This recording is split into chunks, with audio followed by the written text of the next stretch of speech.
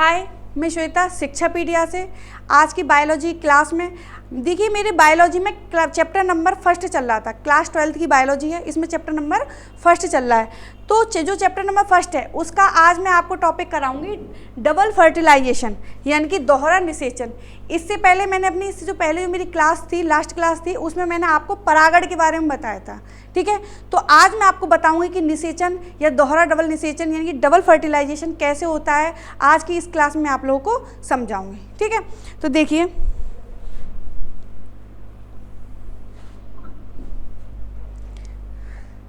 इससे पहले थोड़ा सा आप ये देख लीजिए कि मैंने आप लोगों को क्या कराया था। मैंने आप लोगों को ये बताया था, ये क्या है हमारे पुंकेसर। ठीक है, पुंकेसर के जो एंथर वाला भाग है यानी कि जो परागकोश वाला भाग है, इसमें मेरे ये क्या थे, छोटे छोटे पराग कण यानी कि पोलन ग्रेन। बात क्लियर है? ठीक है। अच्छा, अब ये परागकण हमें कुछ इस तरीके से दिखाई देते हैं। मैंने आपको अपनी जो पीछे वाली जो लास्ट क्लास है उसमें मैंने आपको बताया था कि परागकण की संरचना कराई थी, तो उसमें पूरा बताया था। अच्छा, मैंने परागकण की संरचना में याद रखना, मैंने ये बताया था कि उसमें जो अंदर दो कोशिकाएं होती हैं, एक होती है वेजिटेटिव न्यूक्लियस यानी कि इसे वेजिटेटिव सेल्स भी बोल देते हैं, या फिर आप इसे कायिक कोशिका भी बोलते हैं। क्या बोलते हैं? कायिक कोशिका। ठीक है। अच्छा, फिर मैंने आपको एक और कोशिका बताई थी जिसे बोलते हैं जनरेटिव न्यूक्लियस या जनरेटिव सेल्स, या फिर आप इसे जनन कोशिका भी कहते हैं। क्या बोलेंगे आप इसे? जनन कोशिका।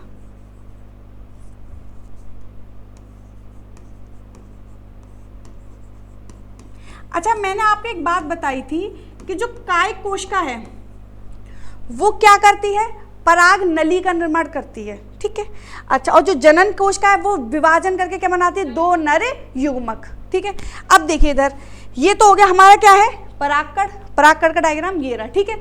अच्छा, ये है हमारी क्या? स्त्री केसर।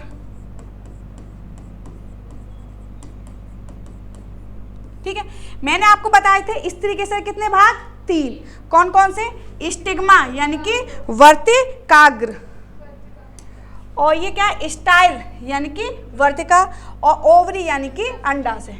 फिर मैंने आपको बताया था ओवरी में एक छोटी सी संरचना पाई जाती है जिसे क्या बोलते हैं हम? बीजांड। क्या बोलते हैं इसे हम? बीजांड। अच्छा, बीजांड के अंदर भी एक और संरचना पाई जाती है जो 7 कोश के 8 केंद्रक वाली होती है, इसे क्या बोलते हैं? एम्ब्रियो सैक यानी कि भ्रूण कोश। बात क्लियर है? ठीक है, तो अब देखिए अब क्या हुआ,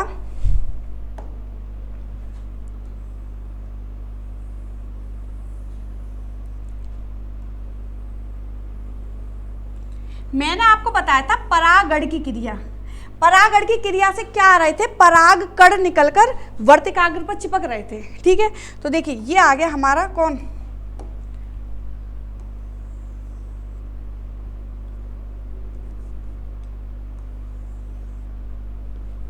ठीक है, ये हमारा क्या आ गया? परागकण। ठीक है। अच्छा, ये हमारा क्या है? परागकण। परागकण में हमारी 2 कोशिकाएं थी। 2 कोशिकाएं थी। एक कोशिका कौन सी थी? हमारी जनन कोशिका, और एक कोशिका थी हमारी कायिक कोशिका। कायिक कोशिका क्या करेगी? एक नली का निर्माण करेगी जिसे बोलते हैं पराग नली। तो यानी कि जो कायिक कोशिका होगी, देखिए इस तरीके से, अरे ऐसे कर लो, जो ये हमारी कायिक कोशिका है ये हमारी क्या कर रही है? एक नली का निर्माण कर रही है। ठीक है, इस नली को बोलते हैं हम पराग नली।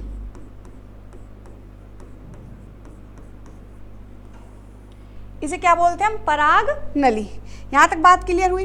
ठीक है। अच्छा, अब इसमें अंदर हमारी कौन सी कोशिका थी? जनन कोशिका। ठीक है, जनन कोशिका ने विभाजन किया, तो विभाजन के फलस्वरूप हमारी 2 कोशिकाएं बनी। इन्हीं 2 को हम बोलते हैं नर युग्मक। नर युग्मक यानी कि मेल गैमीट।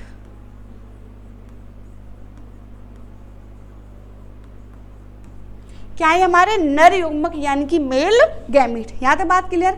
यानी कि कायिक कोशिका ने क्या किया? एक नली, यानी कि अपनी जो आपको पता है जैसे कोई कोशिका होती है, ठीक है, कोशिका में भरा हुआ होता है हमारा क्या? जीव द्रव्य। कोशिका में क्या भरा हुआ होता है? हमारा जीव द्रव्य। ठीक है, यानी जिसे कोशिका द्रव्य कहते हैं। तो जो किसी काय कोशिका का जीव द्रव्य क्या था, ये बढ़ रहा था, और ये बढ़ता बढ़ता क्या बना रही थी, एक नली का आकार ले रही थी। इधर जो हमारा ओवरी वाला भाग है, यानी कि जो ये वाला भाग है, इसमें हमारी एक और संरचना पाई जा रही थी, जिसे हम क्या बोलते हैं, बीजांड। जिसे क्या बोलते हैं हम, बीजांड। ठीक है,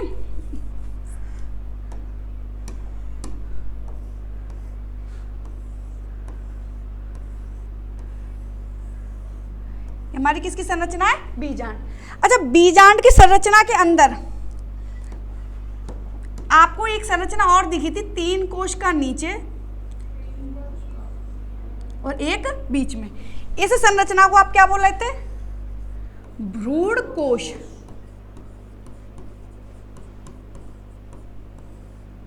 यानी कि एम्ब्रियो सैक। ठीक है, अब क्या हुआ, देखिए मैंने आपको बताया था जब भ्रूण कोश करवाया था कि जो नीचे वाली एक जो बीच वाली कोशिका होती है, इसे बोलते हैं हम अंड कोशिका।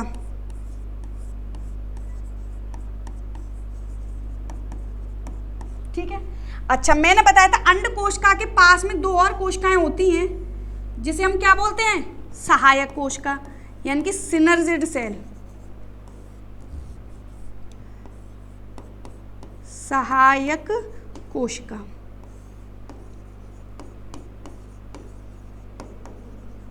बात समझ में आई या नहीं आई? तो अब क्या हुआ, ये हमारा क्या है, बीजांड द्वार। बीजांड द्वार यानी कि दरवाजा है ये हमारा। ठीक है, अब देखिए अब क्या होगा, जो ये सहायक कोशिका है ये क्या करेंगे, इस आपको एक बात पता है, इस पराग नली को अपनी ओर बुलाएंगे। यानी कि जो आपका फीमेल गैमीट होता है, यानी कि मैंने आपको बताया था मेल गैमीट और फीमेल गैमीट, तो मेल गैमीट तो आपके ये दोनों हो गए, 2 हो गए, यानी कि 2 हीरो हो गए। ठीक है, अच्छा फीमेल गैमीट यानी कि ये रही हमारी एक हीरोइन। ठीक है, ये किसका काम करेंगे, फीमेल का। अब आपने देखा होगा कि कहीं पे मतलब जब हीरोइन होती हैं तो वो जब जाती हैं तो उनका जो मतलब उससे मेल से मिलाने का काम ज़्यादातर सहायक सहेलियां बहुत वो काम करती हैं। ठीक है, सहेलियां इधर उधर की बहुत काम करती हैं। तो वही चीज़ थी जो इनकी क्या थी, दोनों सहायक कोशिका, यानी कि जो मेन हीरोइन ये थी, इनकी दोनों कौन थी, सहेलियाँ। इन दोनों सहेलियों ने क्या किया, ये पराग नली आ रही थी, इसको अपनी तरफ बुलाया कि हाँ आ जाओ आ जाओ आ जाओ, इनको अपनी तरफ इन्होंने बुलाया। ठीक है, जब इन्होंने इसको अपनी तरफ बुलाया तो देखिए, तो ये जो पराग नली है ये बीजांड द्वार होते हुए ऐसे करके इससे चिपक गई। ठीक है, जब ये पराग नली ऐसे आई तो धीरे धीरे इसके साथ हमारे क्या आए, नर युग्मक भी आए। बात क्लियर है, हमारे कौन आए, दोनों नर युग्मक भी, ये भी 2 माह से चले आ रहे हैं। ठीक है, अब क्या हुआ, इन दोनों नर युग्मक में से एक नर युग्मक जो वो तो किससे मिल गया, हमारी अंड कोशिका से। बात क्लियर है, एक नर युग्मक किससे मिल गया, हमारी अंड कोशिका से। अब दूसरे ने कही कि भाई इसने तो अपनी हीरोइन छोड़ वो कर ली, चुन ली। अब इसको ये सहेलियां तो पसंद नहीं आई कि ये सहेलियां हैं तो बहुत खराब, इन्होंने बुलाया तो हम दोनों का था, लेकिन इसका इससे मिलन करा दिया, मैं कह रहा हूँ। तो इसने इन दोनों को इग्नोर करके ये आगे बढ़ा, तो आगे इसको ये वाली कोशिका दिखाई दी जिसमें कितने केंद्रक थे, 2 केंद्रक। ठीक है, तो दूसरा वाला नर युग्मक इस कोशिका से मिल गया, तो इसने निर्माण किया प्राथमिक भ्रूण पोष का।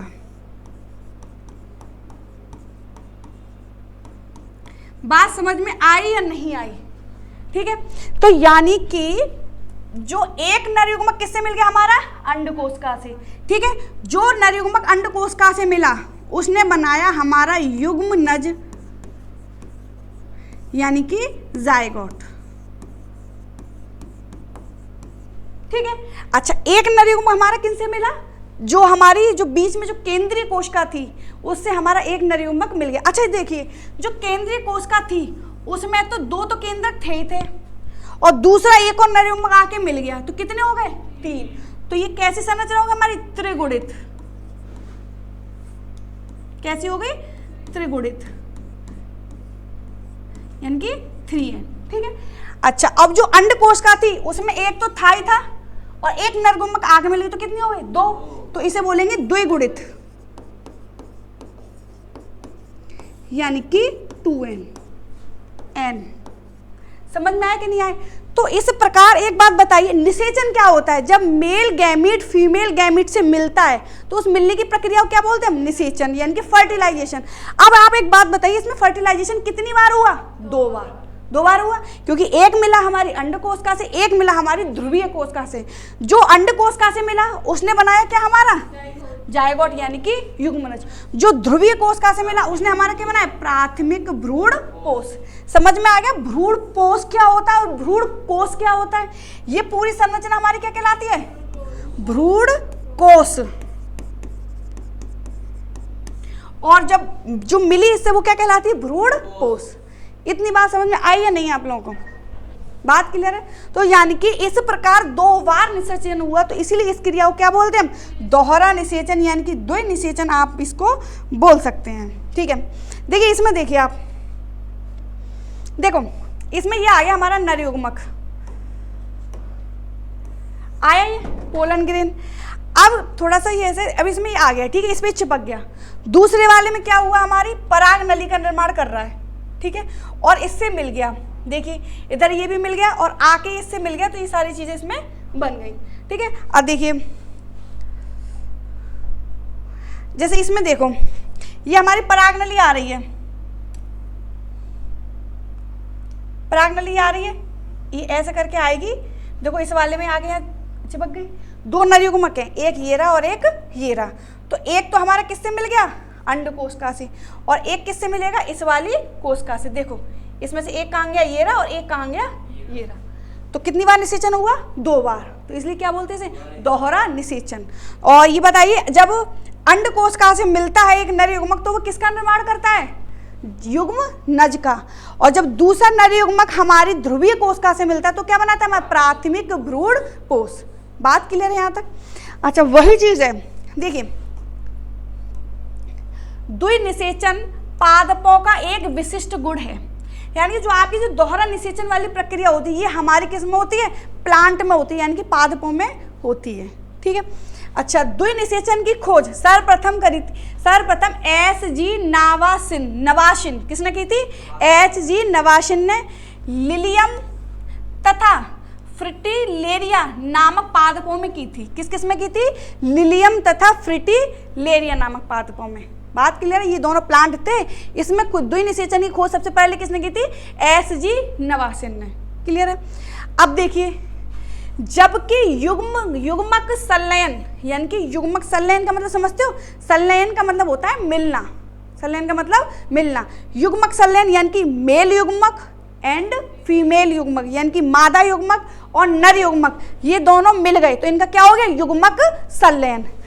युग्मक संलयन की खोज स्ट्रासबर्गर ने की थी, यानी कि जो मिलने की संलयन की खोज किसने की थी? स्ट्रासबर्गर ने की थी। ठीक है, परागकण जब स्त्री केसर की वर्तकाग्र पर आकर चिपक जाते हैं, मैंने बताया था परागकण चिपक जाते हैं, तो उनमें समसूत्री विभाजन के द्वारा, यानी कि जो उसमें जो जनन कोशिका आती है उसमें कौन सा विभाजन होता है? समसूत्री। और समसूत्री विभाजन के द्वारा क्या बनते हैं? 2 नर युग्मक। तो वही कह रहा है 2 नर युग्मक का निर्माण होता है, जिसमें से एक नर युग्मक किससे मिलता है? अंडकोशिका के साथ संयोजित होकर, तथा द्विगुणित युग्मनज का निर्माण करता है। एक नर युग्मक अंडकोशिका से मिला, एक अंडकोशिका के और एक उसकी द्विगुणित बना, तो उसके करने के पश्चात वो क्या बनाता है? करने के पश्चात दूसरा नर युग्मक, दूसरा किसे मिलता है? ध्रुवीय केंद्रक के मिलने से द्वितीयक केंद्रक के साथ मिलकर त्रिगुणित केंद्रक का निर्माण करता है। यानी कि 2 उसमें थे और एक और मिल गए तो कितने हो गए? त्रिगुणित हो गए। अच्छा, इसे हम क्या कहते हैं? प्राथमिक भ्रूणपोष केंद्रक, यानी कि प्राइमरिक एंडोस्पर्म न्यूक्लियस कहते हैं। इस क्रिया को जो ये मिली है, जो यानी कि तो उसको क्या बोलेंगे हम? त्रिक संलयन कहते हैं। अतः निषेचन की क्रिया 2 बार होती है, इसलिए इसे हम क्या बोलते हैं? दोहरा निषेचन कहते हैं। बात क्लियर है यहाँ तक? तो यानी कि अगर आपको टिप्पणी पूछ ले कि त्रिक संलयन किसे कहते हैं, तब भी आपको यही चीज़ लिखनी है। आपसे पूछ ले दोहरा निषेचन किसे कहते हैं, तब भी आपको यही चीज़ लिखनी है। समझ में आया कि नहीं? क्लियर है? तो देखिए,